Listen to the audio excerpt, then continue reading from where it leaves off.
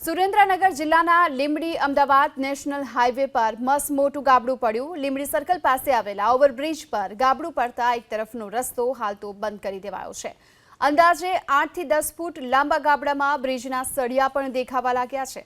પ્રશાસને હાલમાં તો બેરિકેડ કરી અને બ્રિજનું સમારકામની કામગીરી શરૂ કરી છે। એક તરફનો રસ્તો બંધ થતાં હાઈવે પર ટ્રાફિક જામ પણ સર્જાયો છે। આ રોડ પર ઓવરબ્રિજ થયા પછી અઠવાડિયામાં હજી પણ અકસ્માત થાય મૃત્યુ પામે છે લોકો। પણ હવે આ નિર્ભર સરકારને કોઈ પણ જાતની અપેક્ષા રાખવી અમારા માટે કોઈ આશાનું કિરણ છે નહીં।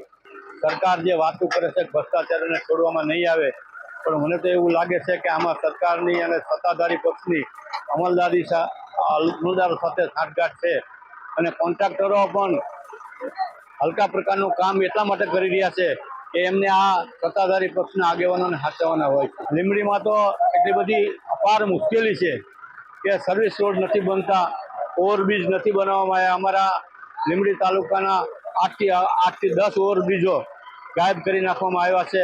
इसमें एक क्रैक्स डेवलप हुआ, हमें इसको रात में ही पता चल गया था। शाम में हम लोगों ने इसको शाम में जब पता चला तो हम लोग ट्रैफिक कम हो जाता है रात में, सो डैट कि इसको हम लोग रात में चालू किया। और छोटा सा गड्ढा था, छोटा गड्ढा में कभी भी कंक्रीट जो है एक पॉकेट की तरफ बन जाएगा, सो डैट कि इसको हम लोग सेफ एंड साइज में लाकर इसको हम लोगों ने कंक्रीट कर दिया।